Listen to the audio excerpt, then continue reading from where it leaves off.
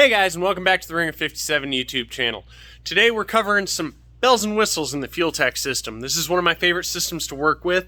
It is one of the best systems I have worked with for bracket racing. Max has much better nitrous control, I will give it that, but for user friendliness and features, Fueltech has it licked. I highly recommend it. We do full installs, everything from plug and play to just tuning to installing accessories. Whatever you're looking for, we can hook you up at 57 Motorsports. But today we're going to cover one of my favorite features and one that helped me out in a situation, and I'll go over that situation as well. So today's bike is a Fueltech bike for Raising Cane Racing. This is 100 proof. It's his new Top Gas and Grudge bike. Give you a quick once over. Murray pipe, Gen 2 clutch, currently set up as a live clutch for the dyno, obviously.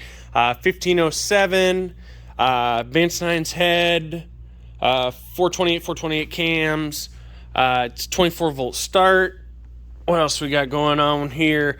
It's a FT550 install with a ProBike A harness that has been modified for the appropriate connectors for coolant temp, TPS, etc. for the Gen 1 Hayabusa. And a unterminated B harness that I self-terminated for all of the individual IOs. I have blue outputs running the 4 channels of the MSD solid state for, let's see, what do I have on here? I have lights, nitrous, air compressor, and fuel pump on this solid state relay. Everything's terminated out in Deutsch connectors. They always look a little cluttered when you got their skins off. This bike really is quite pretty when it's completely done. 440 Deechworks injectors running on Q16 at the moment. The Fueltech literally controls everything front to back, all the way down to the compressed air for the air shifter. I still have to terminate and install the air compressor, but it will control the air compressor as well. At X PSI it'll turn off, X PSI it'll turn on, so on and so forth.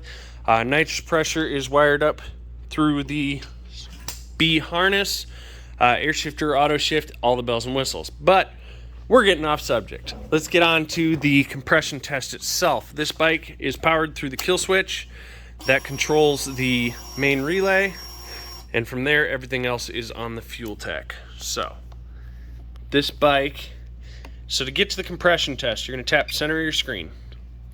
This green check mark on the bottom is your diagnostic panel. Double tap is active. Compression test. And this bike has auto start through the ECU. On other models, you'll have to hit start or push the starter button to get the start to start the test. On this one, I just got to tap start.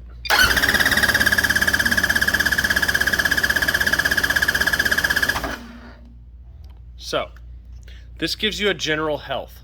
Yes, I've got one cylinder that is not as healthy as the others. I am aware of it. This motor was used when we purchased it. But it takes the highest compression cylinder, which always seems to be number 2 on this bike. And for some reason, these two tend to fluctuate on their compression. I'm not sure why. But it takes the highest cylinder, and then the others are relative to it. So if that one is 100%, that's 96% of it. That's 96% of it. And that's 76% of it. Now, it seems like a huge drop, but if I run this test again, let's get this wide open.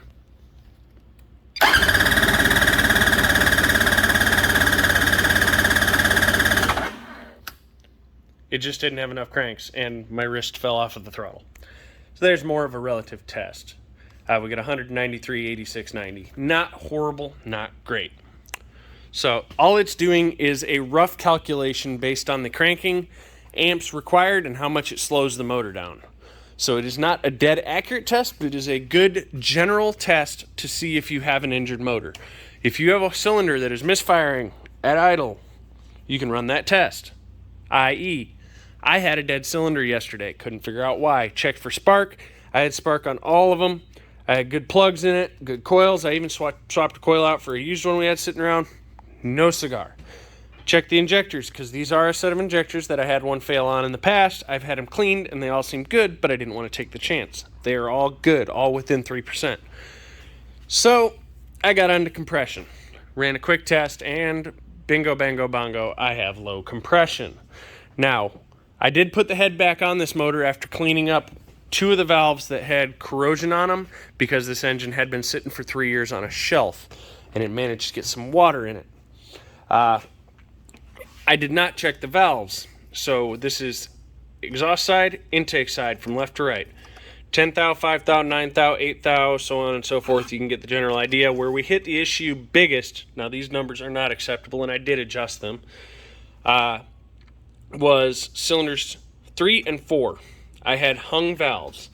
That was my miss. So went ahead and adjusted the valves, and we've got a freaking beautiful running bike now. As I said, I'll go over other features as we go with this series. If you got any questions, please hit me up and I will show you, cover what I can. This bike is auto start.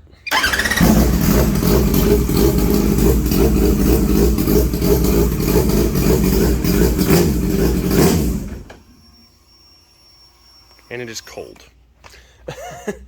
It has not had the idle tune fixed since I had it on the dyno and found it made more power without an airbox. I'm waiting on some stacks. We're going to run no airbox on this bike. It is a race use only.